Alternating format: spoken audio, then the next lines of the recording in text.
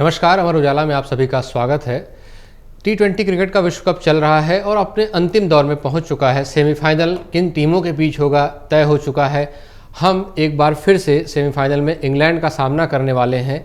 दूसरी तरफ अफगानिस्तान और दक्षिण अफ्रीका, दो टीमें होंगी जिनके बीच में मुकाबला होगा। इन दोनों में से जो भी फाइनल में पहुंचेगा वो पहली बार फाइनल में होगा। इस T20 विश्व कप में अब तक जो कुछ हुआ है, क्या क्या हुआ, हमारे लिए क्या मिला, हमारी जो टीम है उसका प्रदर्शन अब तक का कैसा रहा है, आगे की हम कैसी उम्मीद कर सकते हैं, इन सब पर आज हम बातचीत करेंगे। और बातचीत करने के लिए हमारे साथ एक बहुत ही मशहूर शख्सियत मौजूद हैं। मशहूर क्रिकेट कमेंटेटर, पद्मश्री से सम्मानित सुशील दोषी जी। सर, आपका स्वागत है हमारे इस कार्यक्रम में। बहुत धन्यवाद आपको। और आज तो क्रिकेट की सारी दुनिया विश्व कप के बारे में ही बात कर रही है। बिल्कुल, हम भी बात कर रहे हैं तो अच्छा लग रहा है। देखिए, मैं तो कमेंट्री करने के लिए आया हूँ। सेमीफाइनल फाइनल की कमेंट्री करूँगा और आज आपसे बात हो रही। क्रिकेट के बारे में बात करने से हमेशा मुझे प्रसन्नता होती है।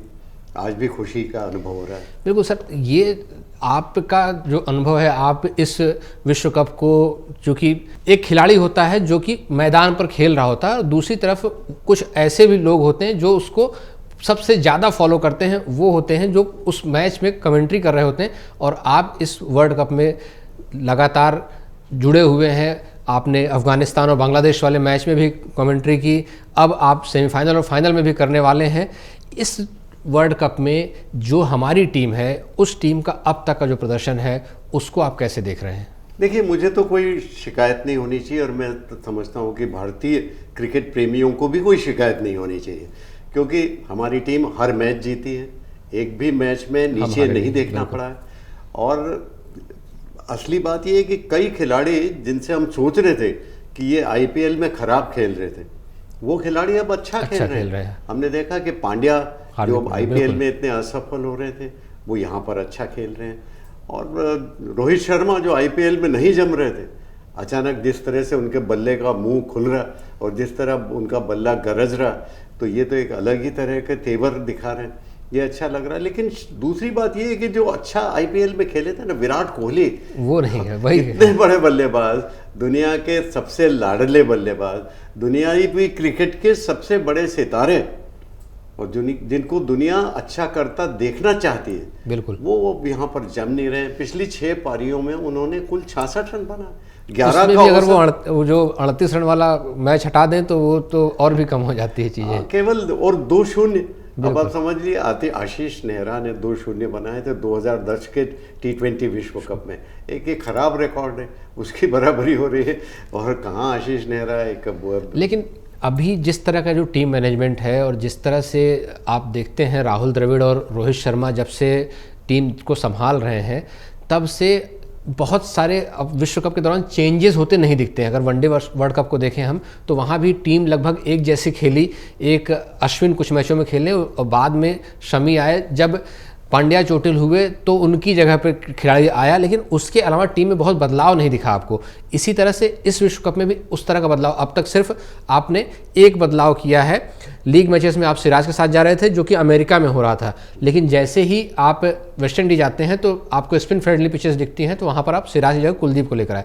बदलाव नहीं हुआ, तो क्या आपको लगता है कि अब कोई बदलाव दिखता है? और विराट कोहली जैसे कद के खिलाड़ी को क्या उनको 3 नंबर, कुछ लोग कह रहे हैं कि 3 नंबर में खिलाना चाहिए, लेकिन जैसे आप 3 नंबर की बात करेंगे तो शायद आप जो मोमेंटम लेकर चल रहे हैं वो सारा बदल जाएगा आपका, और आपको फिर 4 नंबर पर कौन होगा, 5 पर कौन होगा, तो क्या ऐसा कुछ बदलता दिखता है आपको? और विराट क्या 3 नंबर पर आकर सफल हो जाएगा, ऐसा लगता है? नहीं, ऐसा अगर करना होता तो शुरू से करना चाहिए था। मैं हमेशा कहता हूं कि आपके सबसे अच्छे बल्लेबाज को हमेशा 1 डाउन आना चाहिए। दुनिया भर में ये होता है। और विराट कोहली ओपनर नहीं है बेसिकली। अगर हम देखें तो पुराने जितने सालों का रिकॉर्ड देखें, विराट कोहली बड़ी बड़ी पारियां हमेशा 1 डाउन ही खेल रहे हैं। और एक बात हमें समझ लेनी चाहिए कि वेस्ट इंडीज़ में जो पिचेस है ना, ये धीमे पिच हैं। यहाँ पर गेंद फंस कर आती है, टप्पा खाने के बाद धीमी गति से आती है और गेंद कांटा भी बदलती है।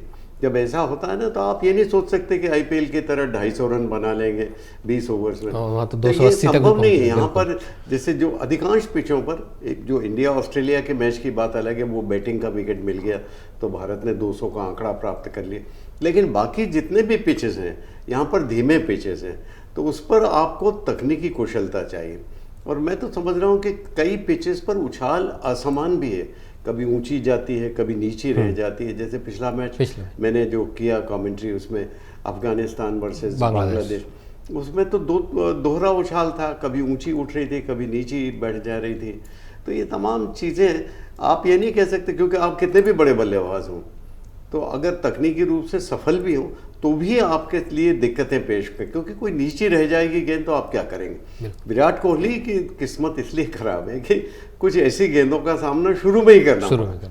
तो मैं तो हमेशा चाहता था कि वो वन डाउन जाए, लेकिन अब अगर बदलेंगे ना तो उसका उल्टा असर पड़ सकता है, बैकफायर हो जाएगा। कारण क्या है कि जब किसी बल्लेबाज को लगेगा कि मुझे पहले स्थान से विस्थापित करके लोगों की मांग के अनुसार अब तीसरा, अब विराट कोहली तो दुनिया के सबसे बड़े बल्लेबाज माने जाते हैं। मेरे ख्याल से अब जब आए हैं तो ठहर जाएं वहीं पर और दिखाएं कि आज दुनिया का सबसे अच्छे बल्लेबाज उनको क्यों कहा जाता है, क्योंकि आप सेमीफाइनल तक तो पहुंच गए।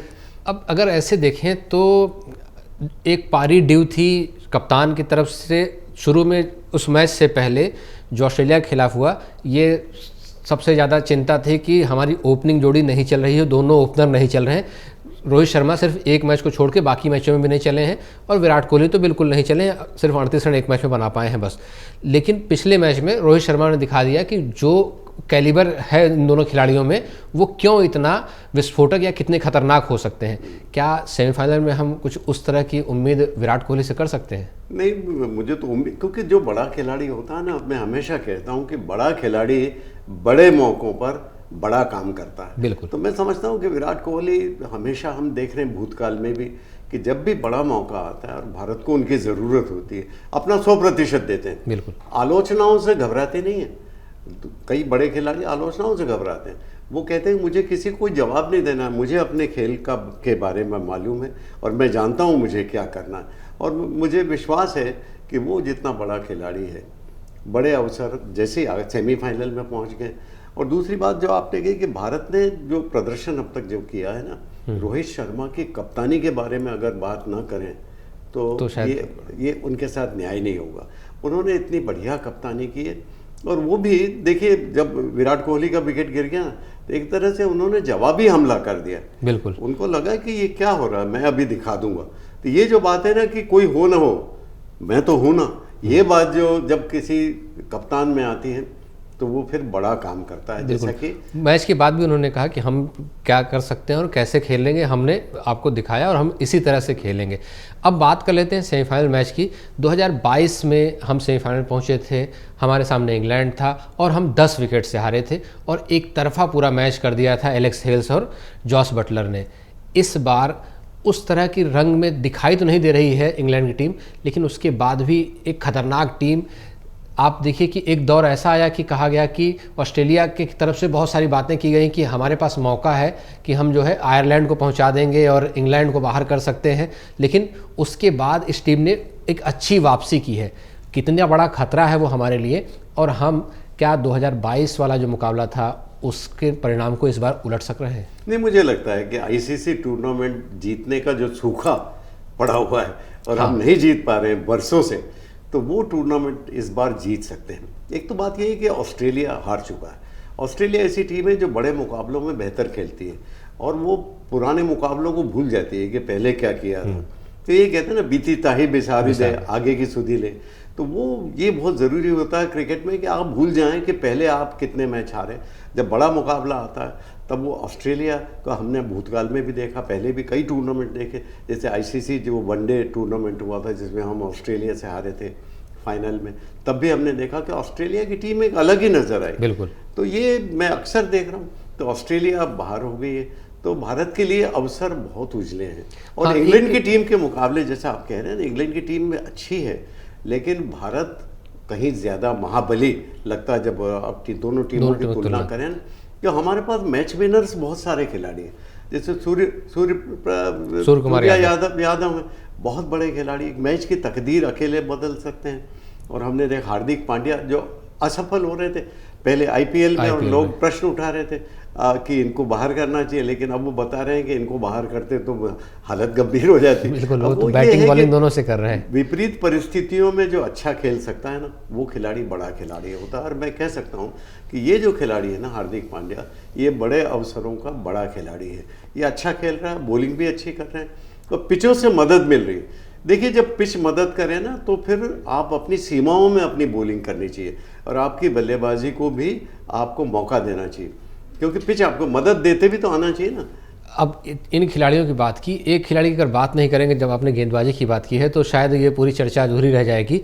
जसप्रीत बुमराह जिस तरह की गेंदबाजी कर रहे हैं वो, और बाकी जितने भी गेंदबाज हैं, वो क्या एक अलग लीग में वो दिखाई नहीं देते हैं? और वो इतना कंट्रोल किस तरह से वो लेकर आते हैं, उनके बारे में थोड़ा सा बताएंगे तो वो। मैं तो समझता हूँ आपने अगर ये प्रश्न न किया होता तो मैं खुद इस सवाल को उठाता और इसका जवाब देता। वास्तव में अगर देखा जाए ना, तो हमारी पुरानी जितनी सफलताएं बड़ी बड़ी, ये जसप्रीत बुमराह के कारण है। जसप्रीत बुमराह क्रिकेट का मैं समझता हूँ कोहिनूर हीरा है।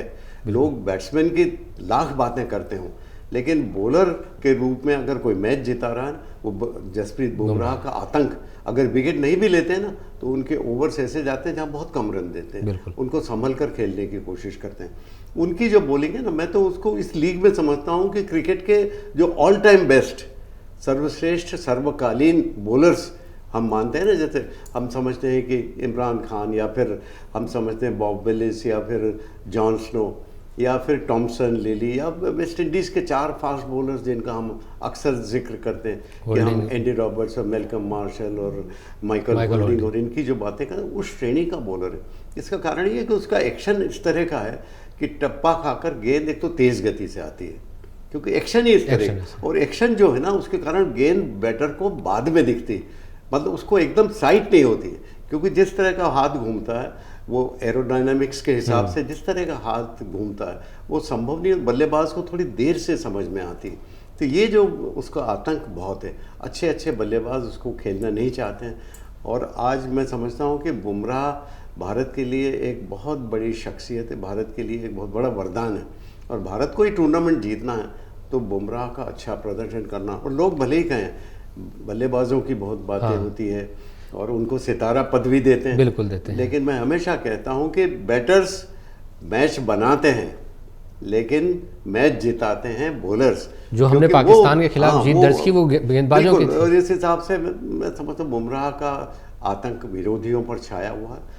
और दूसरी बात ये कि जो पिचेस हैं, जिसका आप भी जिक्र कर रहे हैं, मैं वही आ रहा था कि पिचेस धीमे पिचेस हैं, और यहाँ पर स्पिनर्स बहुत मदद उनको मिलने स्पिनर्स की बात करेंगे तो कुलदीप यादव जिस तरह से खेल रहे हैं, कुलदीप यादव जो मिस्ट्री बॉलर हैं, कुलदीप यादव जो है ना मिस्ट्री बॉलर है, क्योंकि वो लेफ्ट आर्म बॉलर हैं, स्पिनर हैं, और वो चाइनामैन बॉलिंग करते हैं जो, और दूसरी करते हैं गुगली, और तीसरी करते हैं टॉप स्पिनर, चौथी करते हैं फ्लिपर।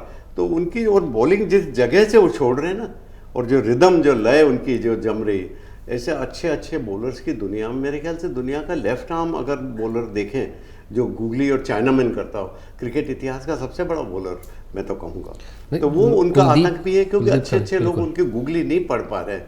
और जैसे आदिल को, जैसे हम देख रहे हैं, आदिल राशिद खान अफगानिस्तान का जो right arm leg break bowler है, right arm leg break bowler है, तो वो दुनिया का सबसे अच्छा right arm leg break googly bowler है, कि उनकी गुगली कोई नहीं पढ़ पा रहा है। पूरे टूर्नामेंट में हम देख रहे हैं, तो अफगानिस्तान की सफलताओं में उनका बड़ा हाथ है।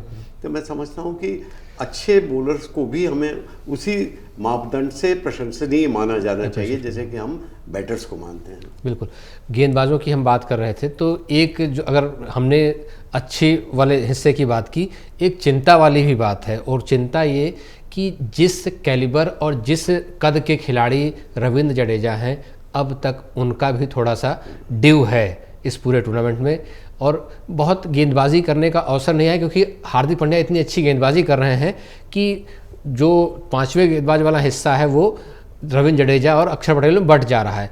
अक्षर अच्छी गेंदबाजी कर रहे हैं, विकेट थोड़े जरूर उनसे कम है बाकी गेंदबाजों की तुलना में, लेकिन रविंद्र जडेजा जिस तरह से उन्होंने अश्विन के साथ टेस्ट में इतने सारे विकेट लिए हैं, वनडे में इतने अच्छे उनके प्रदर्शन रहे, T20 में वो बहुत अच्छे खिलाड़ी हैं, लेकिन इस विश्व कप में जो वो ऑफ कलर हैं, वो क्या एक चिंता नहीं होगी? क्या चहल को मौका मिल सकता है? आपका कहना ठीक है कि जो अभी जो आईपीएल में बहुत अच्छा खेल रहे थे और जिनका रिकॉर्ड बहुत अच्छा था, ऐसे कई खिलाड़ी हैं जो वैसा प्रदर्शन कर नहीं रहे जिसके लिए वो जाने जाते हैं। और रविंद्र जडेजा सचमुच इस तरह के खिलाड़ी हैं जो अच्छा वैसा प्रदर्शन नहीं कर रहे, ये बात सही है। लेकिन फिर ये है कि वो एक बहुत बड़े टीम मेट हैं, एक बहुत अच्छे फील्डर हैं, और भारत में इतने सारे मैच जिताऊ लोग हैं, और रविंद्र जडेजा के बारे में सब जानते हैं कि वक्त पड़ने पर ये आदमी भी हाथ खड़ा करके कहता है कि कोई फिक्र न करो, मैं हूं ना। तो ये जो बात है ना, रविंद्र जडेजा भी एक टीम मेट है, तो ये खिलाड़ी के बड़े आप इनको निरस्त नहीं कर सकते। तो मैं समझता हूँ जो कॉम्बिनेशन ये ऐसे पिचेस देते हैं ना, खतरनाक पिचेस जहाँ की गेंद फंस कर आ रही हो, आपको अनुभव की बहुत ज़रूरत पड़ती है। आज भारत अच्छा प्रदर्शन करना, ऐसे खिलाड़ी जो पहले नहीं खेल रहे थे लेकिन अब खेल रहे हैं, जिनको वो खेल रहे हैं जिनको एक्सपीरियंस है, अनुभव जिनका काफ़ी है। तो ये एक कारण है कि भारत में जब इतने सारे हैं, तो ये नहीं खेला तो वो खेल लेता, कभी सूर्य कुमार यादव खेल लेगा, कभी कोई, और शिवम दुबे की हमने बात नहीं की। हाँ, वो इतना आईपीएल के इतने बड़े सितारे, लेकिन यहाँ तो लगातार असफल हो रहे हैं। तो हालांकि एक पिछले मैच में उन्होंने थोड़े अच्छे शॉट लगाए, ऐसा लग रहा है कि शायद वो अपनी लय में आ जाएंगे। उनकी दिक्कत मुझे जो समझ में आ रही, वो अच्छे पेस के सामने उन्हें मुश्किलें पड़ती हैं। स्पिनर्स को तो वो अच्छा खेलते हैं, हाँ। लेकिन पेस बॉलर जो रियल पेस होता है ना, और जहाँ गेंदबाजों को मदद मिलती, तो क्या होता है कई बार आप मासूमों पर अत्याचार कर सकते हैं, लेकिन जब बड़ा पहलवान आता है तब मुश्किल पड़ती है। तो वही बात है कि यहाँ पर शायद वक्त लगेगा, प्रतिभाशाली हैं, लेकिन वो अच्छे पिचेस पर अच्छा खेलते हैं, क्लीन हिट अच्छी करते हैं, शायद उस वजह से उनको रखा गया, और वो पिछले मैच में उन्होंने अपना रोल ठीक प्ले किया है। अब अगर हम सामने वाली टीम को देखते हैं, इंग्लैंड को, तो आप किन खिलाड़ियों को खतरा मानते हैं, या किन से हमें सतर्क रहने की ज़रूरत है? नहीं, देखिए उनके पास भी इन पिचेस के लिए अच्छे बॉलर्स हैं, उनके फास्ट बॉलर्स बहुत जैसे अच्छे, जैसे वुड, जोफ्रा आर्चर फास्ट है, बहुत फास्ट बॉलर, दुनिया के सबसे तेज़ गेंदबाजों में से एक हैं, और गेंद अगर फंस कर आएगी तो वो खतरनाक हो सकते हैं। और बहुत ज़रूरी है कि आप तेज़ गेंदबाजी हो, आप टिप्पा किस जगह खिला रहे हैं, क्योंकि विकेट को पिच पर आपको, अगर पिच आपको मदद दे रही है तो आप उसको मदद देना चाहते, क्योंकि अगर गलत लेंथ पर बॉलिंग की और गलत दिशा में बॉलिंग की तो आपकी रफ्तार का गलत बैट्समैन फायदा उठा जाएगा। भारतीय बॉलर्स के ये डिसिप्लिन बहुत अच्छा है, ये कोशिश कर रहे हैं। तो दूसरी तरफ साउथ, आपने इंग्लैंड की बात की, उनके ओपनर्स बहुत अच्छे हैं, दोनों फिल साल्टर, दोनों ओपनर्स बहुत अच्छे हैं और बहुत तेज गति से रन बनाते हैं। तो वो अभी भी पावर प्ले में आपने उन्हें कंट्रोल नहीं किया, नियंत्रित नहीं किया, तो आप मुश्किल में फंस सकते हैं। बैटिंग भी अच्छी है और बॉलिंग में भी हमने देखा, उनके जो स्पिनर है right arm leg break googly Adil वो भी अच्छे बॉलर हैं, और उनका भी आक्रमण इन पिचों पर अच्छा है। तो अदरवाइज दूसरे पिचेस पर शायद इतना अच्छा ना माना जाता, लेकिन इन पिचेस पर कोई भी टीम आपको कभी भी सदमा दे सकती है। अफगानिस्तान इसलिए देख रहे हैं ना, अफगानिस्तान की आप बात करें, बड़ी बड़ी टीमों को बिल्कुल उन्होंने लेटा दिया, बिल्कुल किया। अफगानिस्तान की जो बात कर रहे हैं, अगर हम पिछले मैच के अफगानिस्तान की बात नहीं करेंगे तो शायद ये चर्चा अधूरी रहेगी कि जिस तरह से 115 रन का स्कोर एक T20 में उसको डिफेंड कर लेना एक अपने आप में बड़ी सफलता है। और उनकी बॉलिंग, उनके शुरू में ये कहा जाता था कि स्पिनर्स की टीम है, 2-3 स्पिनर्स हैं, उसके अलावा कोई बहुत ऐसे अच्छे खिलाड़ी नहीं है, लेकिन इस पूरे टूर्नामेंट में उन्होंने जिस तरह से न्यूजीलैंड को हराया, जिस तरह से ऑस्ट्रेलिया को हराया, जिस तरह से पिछले मैच में बांग्लादेश को हराया, तो अब आप उनको T20 की ऐसी टीम नहीं मान सकते जिसमें 3-4 खिलाड़ी हैं, एक अच्छी खतरनाक टीम के रूप में दिखाई दे रहे हैं। इस टीम का फ्यूचर आप कैसे देख रहे हैं, खासतौर से जो इनके 2-3 नए बैट्समैन आए हैं, जिस तरह से आप गुरबाज को देख लीजिए, उसके बाद आप उनके जो तेज़ गेंदबाज हैं, चाहे वो नवीन हो चाहे फजल फारूकी हो, तो वो सारे खिलाड़ी जिस तरह से परफॉर्म कर रहे हैं, इनका फ्यूचर आप कैसे देखते हैं? एक ऐसी टीम जिसका कि इंफ्रास्ट्रक्चर बहुत अच्छा नहीं है, जिसको कि भारत की तरफ से बहुत सारी मदद मिली, वो यहीं नोएडा, ग्रेटर नोएडा में बहुत सारा उन्होंने क्रिकेट खेला, और वहाँ से बहुत मदद नहीं मिलने के बाद भी एक टीम खड़ी जिस तरह से हो रही, उस सफलता को कैसे देखते हैं? नहीं, बहुत बड़ी सफलता। देखिए, इन सब के अलावा जो मानसिक रूप से जितनी परेशानी अफगानिस्तान ने झेली है, उतनी परेशानी तो किसी भी देश में किसी ने भी नहीं झेली होगी, क्योंकि आप इतनी विषमताओं के बीच में रह रहे हैं, आपके पास अभ्यास करने की जगह नहीं, जैसा आप खुद कह रहे हैं, नोएडा में यहाँ पर अभ्यास करते हैं। भारतीयों ने उनकी बड़ी मदद की, जिसके लिए उनके सारे खिलाड़ी शुक्रगुजार भी हैं। तो सबसे बड़ी बात यह कि उनमें टैलेंट है। ये क्रिकेट जो है ना, केवल मेहनत का खेल नहीं है, ये प्रतिभा का बड़ा खेल है।